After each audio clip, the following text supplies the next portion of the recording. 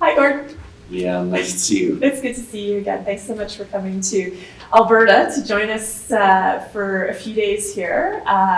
It's kind of a special thing to have you join us. And you're the new Pulse Industry Innovator Award winner for this year from Alberta. Yeah, thanks, Leanne. You know, that news caught me by surprise and makes me feel very emotional. So I'm very pleased to be here and very proud to be recognized this year here in Alberta.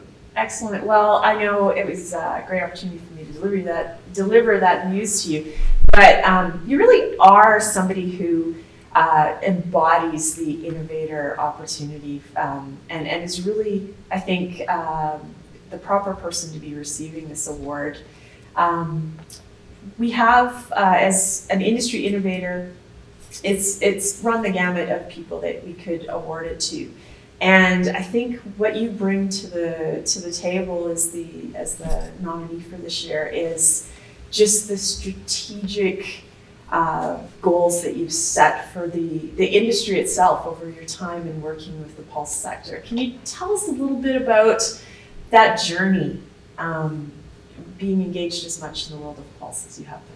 Well, first let me say I'm very honored to be included in the list. Knowing many, if not all, of the previous recipients, I feel humbled to be included in that list because these were all people who dedicated their professional lives to the industry, and so I'm proud to be part of that group here in Alberta.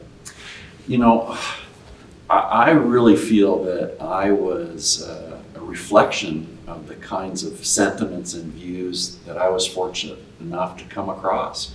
So staff members such as yourself, board members from Alberta, as well as the other 4 organizations that made up Pulse Canada, would come together and express their passions and views about things. And really it was my job to synthesize the ideas that were coming forward from others. And I feel I had a great opportunity given to me by the boards over the years to go out around the world really and to understand not only how we can be more efficient in what we do, because we always have to be efficient to be competitive in the commodity market, but of course I was really passionate about the charge I was given, and that was to imagine what we can become.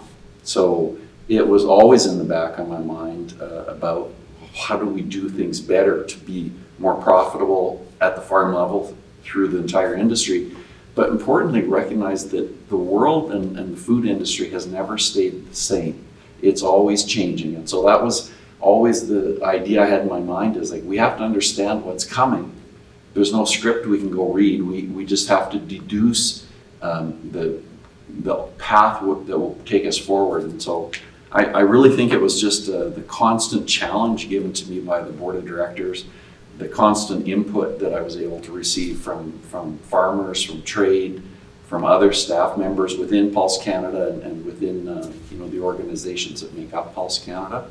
So I really felt like I had this great opportunity. I had the best job in the world, and that's why I stayed with it quite a long time, because I think there was and there still is great opportunity to become something that we aren't seeing in front of us right now.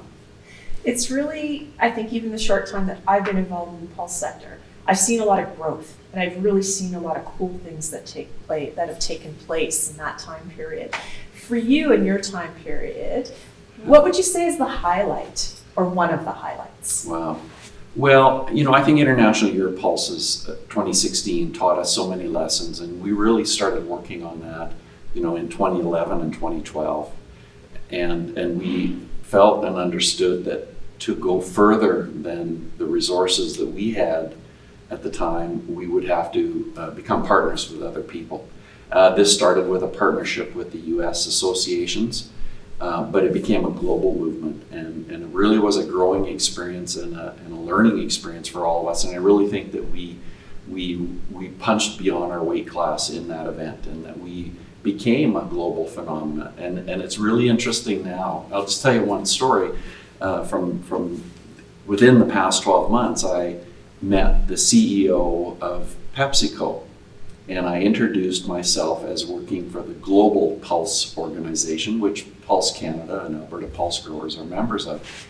And all I had to say was, I'm with the pulse industry, and he said, we think very highly of chickpeas and lentils.